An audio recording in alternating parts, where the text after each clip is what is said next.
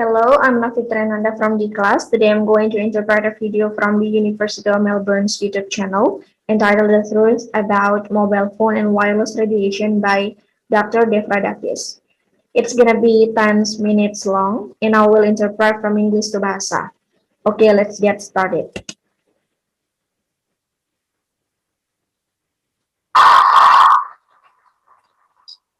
Thank you very much, Dean Reels. I'm honored to be here. It's a privilege to see so many of you.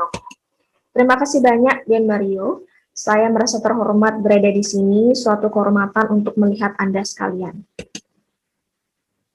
I must say I'm thrilled to be at this great university, which has a tradition of open and democratic discussion. Saya harus mengatakan bahwa saya senang berada di universitas hebat ini yang memiliki tradisi diskusi terbuka dan demokratis. And I look forward to having a frank and full conversation, as we say in the diplomatic world. Dan saya berharap dapat melakukan percakapan yang jujur dan penuh, seperti yang kita katakan di dunia diplomasi.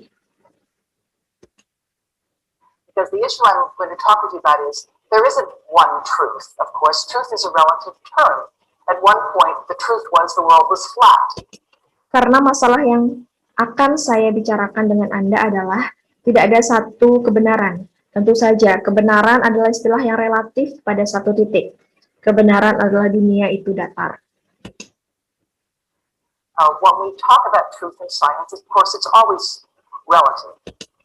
Apa yang kita bicarakan tentang kebenaran dalam sains tentu saja selalu relatif. But there are now more than 6 billion cell phones in the world today. Tapi sekarang ada lebih dari 6 miliar ponsel di dunia saat ini. 8 billion wireless transmitting devices. 8 miliar perangkat transmisi nirkabel. More than 50 billion are anticipated to form the Internet of Things. Lebih dari 50 miliar diperkirakan akan membentuk Internet of Things. And we have to recognize that we don't know a lot about the public health and environmental effects of this form of radiation. Dan kita harus menyadari bahwa kita tidak tahu banyak tentang kesehatan masyarakat dan dampak lingkungan dari bentuk radiasi ini. We've mentioned some of my career. I won't go through this in any great detail. Anda telah secara singkat, Anda telah menyebutkan beberapa karir saya.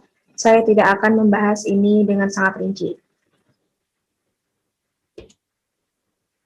But I would say to you that probably the most important thing I did, and I see many people in this room aren't even old enough to remember it, but Tetapi saya akan mengatakan kepada Anda bahwa mungkin hal terpenting yang saya lakukan dan saya melihat banyak orang di ruangan ini bahkan tidak cukup untuk mengingatnya. time ago, we used to have smoke on airplanes. Tapi dulu pernah diperbolehkan untuk merokok di pesawat. People could smoke tobacco on airplanes. Orang bisa merokok di pesawat. And I was involved as a young scientist in the committee that actually reviewed the data and recommended that there be no smoking on airplanes. Dan saya terlibat sebagai ilmuwan muda dalam komite yang benar-benar meninjau data dan merekomendasikan agar tidak merokok di pesawat. You may be shocked to hear that it was even a question for science at the time. But Anda mungkin terkejut mendengar bahwa itu bahkan pertanyaan untuk sains pada saat itu. it was. And when I look at what we know now about mobile phone radiation, I see some very interesting similarities. Tapi itu, dan ketika saya melihat apa yang kita ketahui sekarang tentang radiasi ponsel, saya melihat beberapa kesamaan yang sangat menarik. Because there were a lot of questions that were raised about the safety of tobacco on airplanes. And Karena banyak pertanyaan yang dilontarkan tentang keamanan tembakau di pesawat. they were in fact legitimate questions, things we did not know. There are a lot of important questions to be asked about mobile phone radiation today. Dan itu sebenarnya adalah pertanyaan yang sah. hal-hal yang kita tidak tahu. Ada banyak pertanyaan penting yang harus ditanyakan tentang radiasi ponsel hari ini. Without any doubt. Tanpa keraguan. But the reality is we're not asking those questions. And with the exception of some researchers here and elsewhere, very little new research is being done in this field. Tetapi kenyataannya adalah kita tidak mengajukan pertanyaan-pertanyaan itu, dan dengan pengecualian beberapa penelitian di sini dan di tempat lain, sangat sedikit penelitian baru yang dilakukan di bidang ini. So it's a thrill to be here because Australia has been a leader in research in the field of electrical engineering and its applications to medicine. Sangat menyenangkan berada di sini karena Australia telah menjadi pemimpin dalam penelitian di bidang teknik elektro dan pengaplikasiannya pada kedokteran. Doing some of the most exciting work in the world and funded by institutions around the world, including the U.S. Department of Defense. Melakukan beberapa pekerjaan paling menarik di dunia dan didanai oleh institusi di seluruh dunia, termasuk Departemen Pertahanan Amerika Serikat. And I've worked at some of the top institutions in the world in science, and so when I first thought there could be something wrong with mobile phones, I actually owned 3 phones at the time. Dan saya telah bekerja di beberapa institusi terkemuka di dunia dalam sains, dan ketika saya pertama kali berpikir, mungkin ada sesuatu yang salah dengan ponsel. Saya sebenarnya memiliki 3 ponsel pada saat itu. I own 2 now, and everybody has to downsize a bit. Saya memiliki 2 sekarang, dan ya, setiap orang harus berhemat sedikit. And I didn't believe there was a problem, and I thought if there were a problem, I would know about it because, of course, I knew all about what's important in science.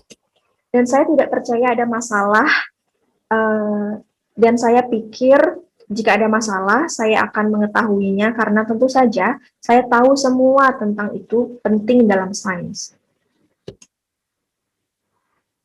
Well, I was wrong. Ya, saya salah. I liked the fact that I could call people or actually send them messages and expect an answer at all hours of the day. Saya menyukai kenyataan bahwa saya dapat menelpon orang atau benar-benar mengirimi mereka pesan dan mengharapkan jawaban setiap saat sepanjang hari. And found it kind of fun in the beginning.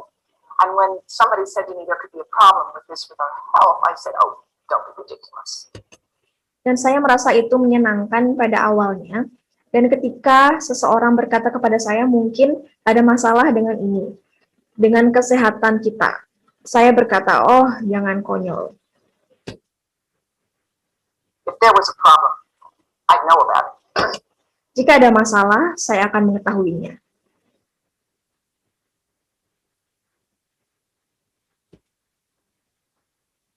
Well, I was wrong. And what I now know is that information is being sent to people routinely to give them safety information. Ya, saya salah dan saya tahu sekarang adalah bahwa informasi dikirim ke orang-orang secara rutin untuk memberi mereka informasi keselamatan. I'm going to ask you to help me out here by looking at how many of you have an iPhone. Saya akan meminta Anda untuk membantu saya di sini dengan melihat beberapa banyak dari Anda yang memiliki iPhone. Now, I assume you didn't all turn them off. Sekarang saya berasumsi bahwa tidak semua dari Anda menonaktifkan iPhone Anda. So, for those who have an iPhone, would you not raise your hand again? Jadi bagi yang memiliki iPhone, bisakah Anda tidak angkat tangan lagi? I'd like you to share with your colleagues. So please go to the settings on your phone. Saya ingin Anda berbagi dengan rekan Anda, jadi silakan buka pengaturan di ponsel Anda. Right? Please take a moment and nod when you got there. Baiklah, tolong luangkan waktu sejenak dan mengangguklah ketika Anda sudah sampai di sana.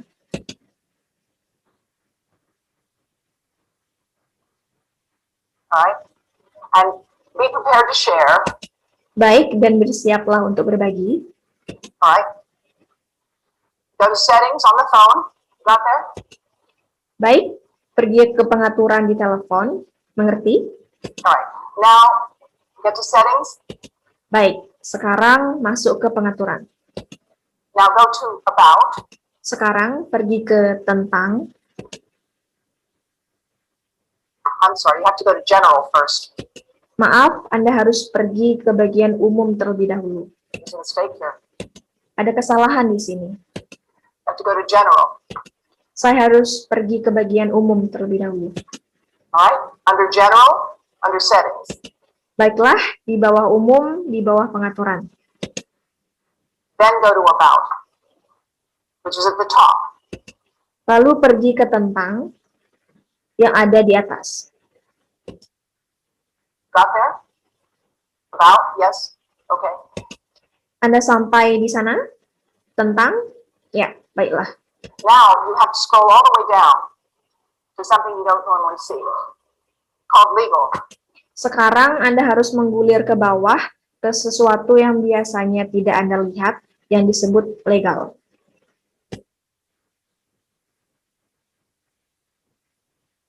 Got to legal? Sudah pada legal? Alright. Now click on RF exposure. Baik, sekarang klik pada exposure RF.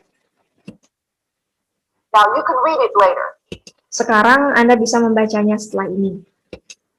but it's basically telling you that you need to know that you cannot keep the phone directly next to your body without exceeding the as tested exposure guidelines. Tetapi pada dasarnya ini memberitahu Anda bahwa Anda perlu tahu bahwa Anda tidak dapat menyimpan ponsel tepat di sebelah atau di dekat tubuh Anda tanpa melebihi pedoman paparan yang telah diuji. And by the way, the iPhone does it. I happen to know how to find it on the iPhone. Dan ngomong-ngomong, saya kebetulan tahu cara menemukannya di iPhone. Learning the Android system myself. Saya sendiri baru belajar sistem Android secara otodidak. But all smartphones come with some information that basically says, don't keep the phone in your pocket or you will exceed the as tested exposure guidelines. Now, how many of you Tetapi semua ponsel pintar dilengkapi dengan beberapa informasi yang pada dasarnya mengatakan jangan simpan ponsel di saku Anda atau Anda akan melampaui pedoman paparan yang telah diuji. knew that before today? Sekarang berapa banyak dari Anda yang tahu ini sebelum hari ini? Well, it's a very well-informed audience relative to others. Nah, ini adalah audiens atau penonton yang sangat berpengetahuan relatif terhadap orang lain.